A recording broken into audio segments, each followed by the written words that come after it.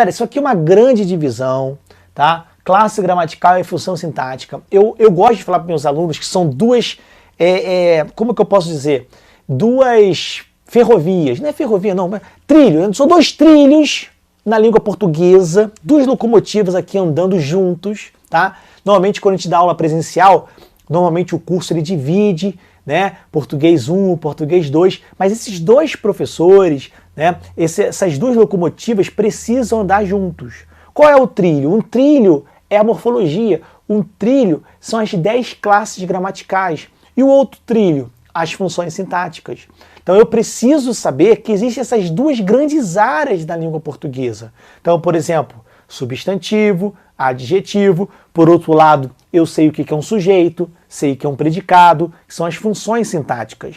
Eu gosto muito de brincar assim, por exemplo, as classes gramaticais, como se fosse, sei lá, o Clark Kent. Quem gosta aí do super-homem? Clark Kent é o substantivo, tá? Exemplo bobo. Mas dentro da oração, ele exerce uma função sintática. Ele é o quê? É o super-homem.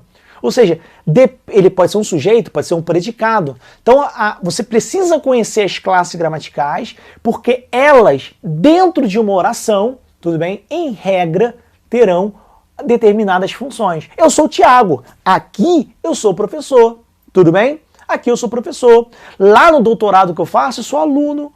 Lá em casa eu sou o quê? Pau mandado, que uma mulher manda em mim. Ou seja, depende do lugar da oração que eu esteja. Eu posso desempenhar várias funções sintáticas, tá? Então essa divisão entre classe gramatical e função sintática é muito importante.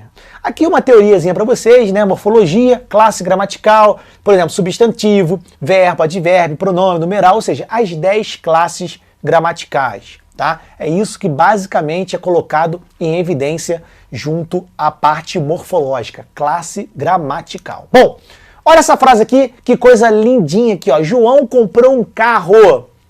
O que vai cair na tua prova para sacanear você? Posso falar sacanear? Pode, né? O que vai cair na prova? Cai assim, ó. João comprou um carro. João, tá?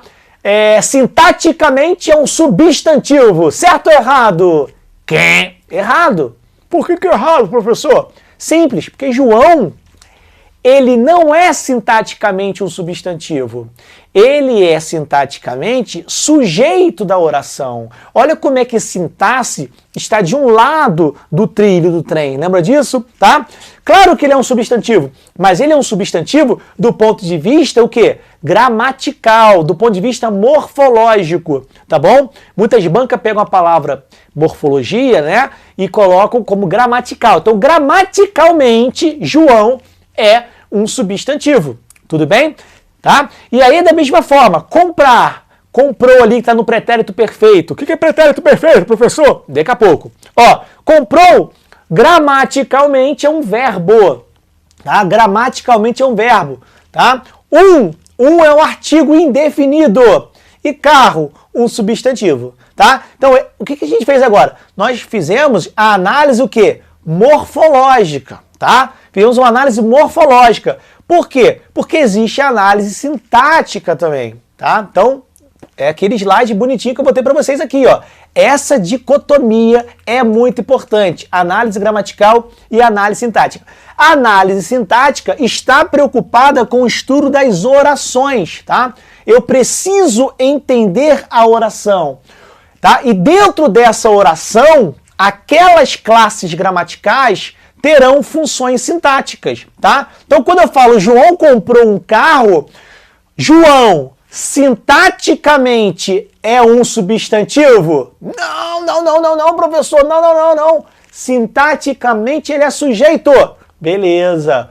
Morfologicamente, gramaticalmente, substantivo. Então, a palavra solta, né, ou uma expressão que a gente chama em língua portuguesa de sintagma, ele pode ser visto de um lado morfológico e de um lado também sintático. Isso é importantíssimo. Você precisa olhar o teu estudo para concurso em língua portuguesa com essa visão macro, tá? Existe então essa grande divisão entre classe gramatical e função sintática. Então, João comprou um carro. João, sujeito, comprou um carro, predicado.